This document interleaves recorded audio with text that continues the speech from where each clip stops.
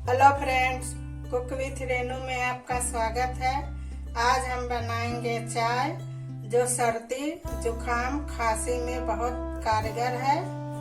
इसको बनाने के लिए हमें चाहिए अदरक, तुलसी पत्ता, काली मिर्च, दालचीनी, अजवाइन, इलायची, लौंग, चाय पत्ती, चीनी, पानी। गैस ऑन कर दिए हैं, गैस का फ्लेम हाई है। अब हम डालेंगे इसमें पानी को ढक देंगे जिससे जल्दी से उबलने लगे। काली मिर्च हम इसको थोड़ा कूट लेंगे दरदरा। लौंग इसको भी हम कूटेंगे। इलायची इसको भी कूट लेंगे।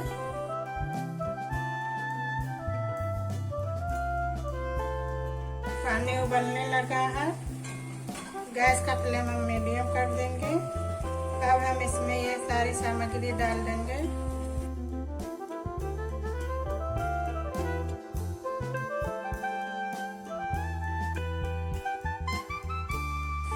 ये हम काली मिर्च, लौंग जो कूटे थे उसको भी डाल देंगे।